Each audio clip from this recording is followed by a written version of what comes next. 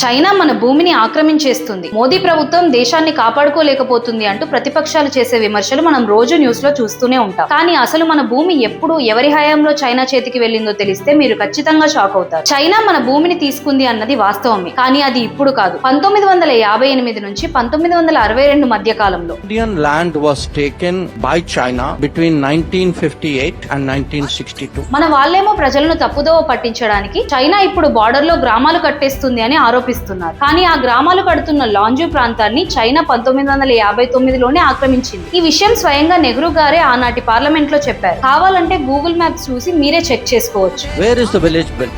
It is built in a place called Longju, which the Chinese attacked and occupied in 1959. There's a statement of Nehru. So if you look at the Google map, ఇక లడాక్ లోని Pangong lake దగ్గర China bridge కడుతుందని Rahul Gandhi గారు విమర్శిస్తున్నారు కదా. అసలు నిజం ఏంటంటే ఆ బ్రిడ్జ్ కడుతున్న ప్రాంతం కూడా 1962 యుద్ధంలో మన చేజారిపోయిన భూభాగమే. Rahul Gandhi and the Congress talk about a bridge in Pangong Tso in Ladakh. This bridge is being built at a place where the Chinese came in 1958 and then retook in 1962. ఇక వీటన్నిటికంటే పెద్ద విషయం ఒకటి ఉంది. షాక్స్గామ్ వ్యాలీలో China road వేస్తుందని, దీని వల్ల మన సియాచిన్ బార్డర్ కి ప్రమాదం అని కాంగ్రెస్ అంటుంది.